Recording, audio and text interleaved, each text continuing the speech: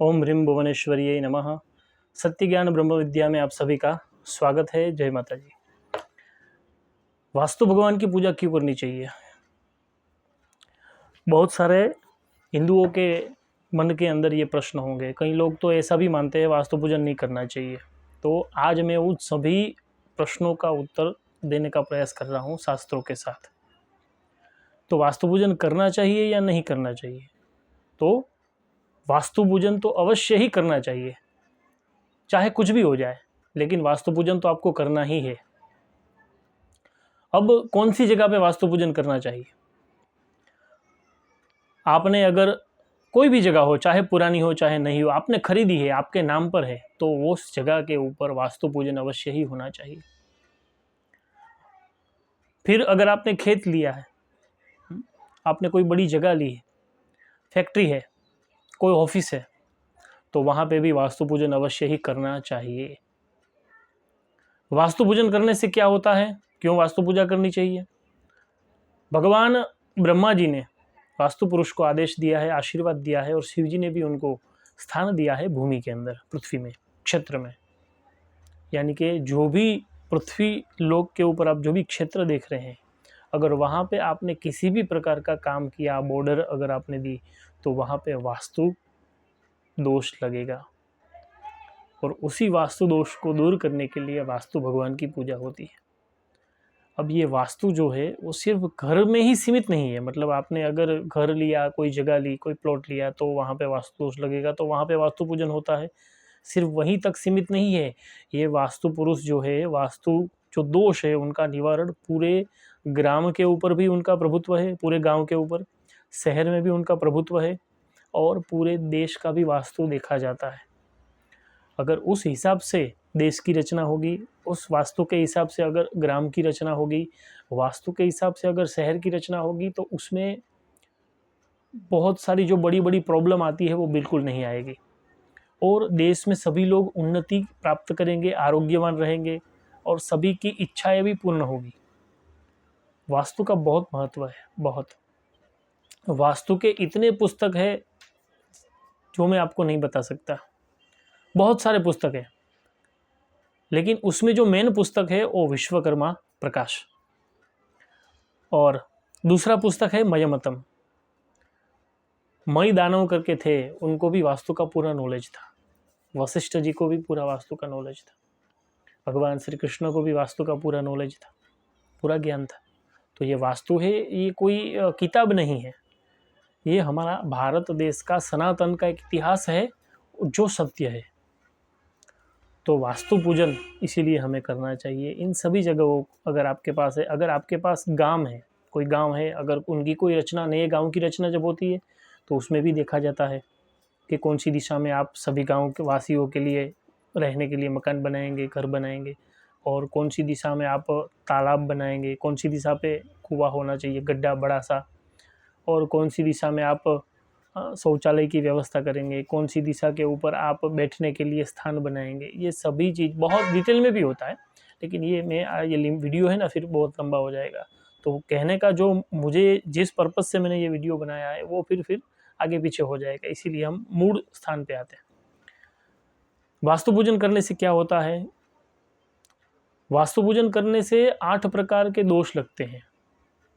जब भी हम मकान बनाते हैं तभी 8 प्रकार के दोष लगते हैं। उस दोष के निवारण के लिए वास्तु पूजन करना चाहिए।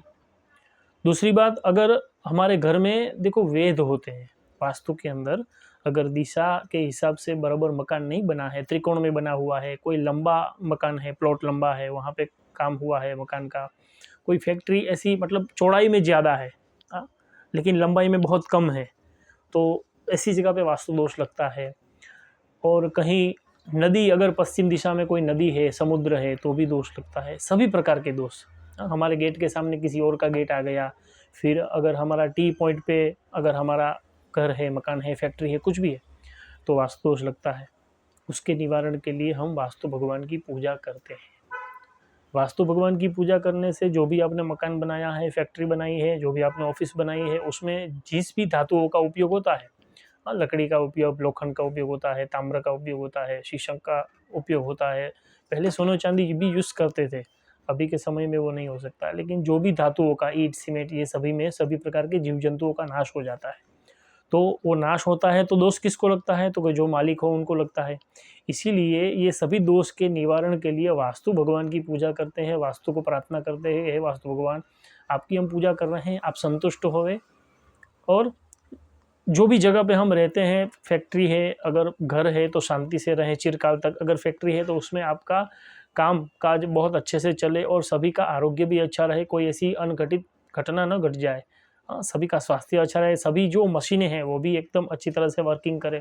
वो वास्तु भगवान से प्रार्थना की जाती है, आशीर्वाद लिया जाता है। इसीलिए वास्तु पूजन बहुत ज़रूरी है। दूसरी बात ये, कोई भी फैक्ट्री है, अगर कोई भी आपने पुराना घर लिया, चलो आपके पास पैसा नहीं है लेकिन थोड़ा पैसा, मतलब पुराना घर जो होता है वो कम पैसों में मिल जाता है। कोई ऐसा घर होता है तो कोने में होता है, कोई लास्ट में होता है, कोई छोर पे होता है। तो इस तरह से अगर आपको कोई पुराना घर मिलता है तो वहाँ पे भी अवश्य वास्तु करना चाहिए। क्यों करना चाहिए? तो पुराने घर में तो वास्तु भी करना चाहिए और नवचंडी भी करना चाहिए। क्योंकि देखो पुराना घर जो होता है बहुत सालों तक बंद रहता है। हम देखते हैं कहीं कहीं मकान जो होते हैं, फैक्ट्री होती है, बहुत सालों से बंद होती है, कोई वहाँ पे जाता भी नहीं। तो उस जगह पे है ना सभी आत्माओं का वास हो जाता है, भूत प्रेत इत्यादि सभी आत्मा है अपनी जगह ले लेती है। तो उन सभी को दूर करने के लिए भी वास्तु पूजन किया जाता है। तो घर के ऊपर किसी भी प्रकार के प्रेत बाधाओं का जो भी उनका प्रभाव हो, वो प्रभाव नष्ट करने के लिए भी वास्तु पूजन किया जाता है। इसीलिए वास्तु का बहुत महत्व है। लेकिन क्या है, हम समझ नहीं रहे हैं। हमें ये सब झूठ लगता है, गलत लगता है। देखो आप कई लोगों को तो ऐसा भी लगता है कि वास्तु पूजन करने से पंडित जी को पैसा मिले, इसीलिए ये वास्तु का नियम रखा है। लेकिन ऐसा कुछ नहीं है। वास्तु पूजन आप कितने का करवाएंगे? वास्तु में भी अलग अलग प्रकार आते हैं। जैसे कि देखो ये दूध की तरह है, दूध में जितनी शक्कर डालेंगे उतना मीठा होगा। लेकिन प्रॉपर काम होता है, प्रॉपर पूजन तो आपको करना ही चाहिए। फिर आप जितना भी आनंद से करेंगे, जितना भी उल्लास से करेंगे, बहुत बढ़िया हो सकता है। वो आपके हिसाब से होगा। फिर आपकी जितनी भगवान ने जो आपको सामर्थ्य दिया है, उस सामर्थ्य से भगवान वास्तु की पूजा कर सकते हैं, इसमें कोई वो नहीं। लेकिन कहने का तात्पर्य यह है कि जिस वास्तु की पूजा करने से हमें सभी प्रकार से सुख समृद्धि प्राप्त होती है। हमारे बच्चे आजकल के, अब देखो सभी के घर में वास्तु दोष है आज के टाइम पे, तो वास्तु पूजन करना चाहिए। वास्तु पूजन करने से पहले जब हम घर बनाते हैं वो भी वास्तु के हिसाब से ही बनाना चाहिए। अब उसके बारे में मैं शांति से वीडियो एक दूँगा। अभी सभी बातें कर दूँगा, सभी आपको बता दूँगा तो वीडियो भी लंबी हो जाएगी और आपको कुछ समझ में नहीं आएगा। तो आज का हमारा यही है कि वास्तु क्यों करना चाहिए? तो इसीलिए करना चाहिए सभी दोषों के निवारण के लिए। वास्तु पूजन है वो दोषों के निवारण के लिए करना चाहिए। तो ये सभी प्रकार के दोष के निवारण के लिए हम वास्तु पूजन करते हैं। तो वास्तु पूजन करने से कोई पंडित जी अमीर नहीं बन जाता, और ना ही इसमें कोई इतना ज़्यादा खर्चा हो जाता है 5 लाख का, 10 लाख का, इतना खर्चा नहीं होता। लेकिन कोई बड़ी फैक्ट्री है तो वो बात अलग है।